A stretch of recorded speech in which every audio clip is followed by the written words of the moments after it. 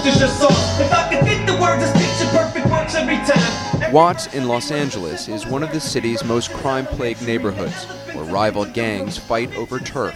How big are gangs in this neighborhood?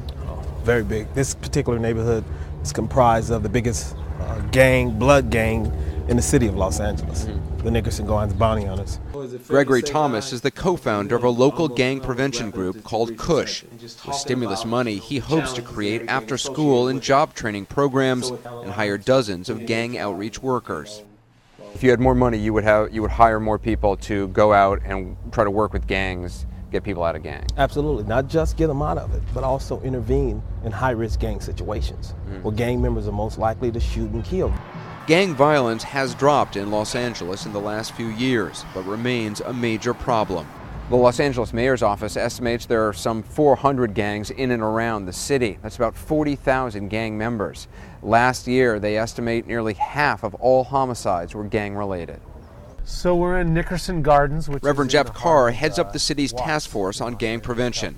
He's convinced even a little stimulus money would have a big impact in a community like Watts. We're going to get a double bottom line, if you will, a double benefit from this stimulus money, I think, because not only does it provide jobs for people who will then spend those wages into the economy, but we believe that's part of how we're going to be able to reduce the violence even further. He says to bring this country and its economy back, tax dollars should be used to invest not just in infrastructure, physical capital, but also in human capital.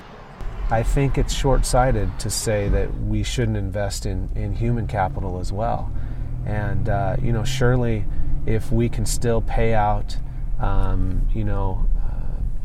bonuses to bankers on Wall Street, it seems to me we can use some of these dollars to actually invest in poor communities that have been overlooked and overpassed for decades. You're investing in human capital. Absolutely. And what we're talking about the capacity to empower young people from challenged communities to take their community back, to invest in the social ills that have been prevalent in our society for over 30 years.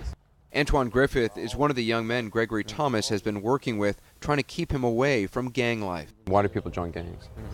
Probably because no mom, no father figure. Only person, father figure, is a person that's on the streets already in the gang. So that'll be your next best thing to turn to, because he's the only person looking out for you over here, making sure you're straight. A couple of years ago, if you would have asked the question, I would have told you I don't know if Antoine is going to be alive a year from now. Antoine is looking for a job, but Thomas says with money from the federal stimulus, there are many more at-risk young people he could help. What do you want to do ultimately? What kind of a job would you want to do? I want to be a small business owner, a successful young black man.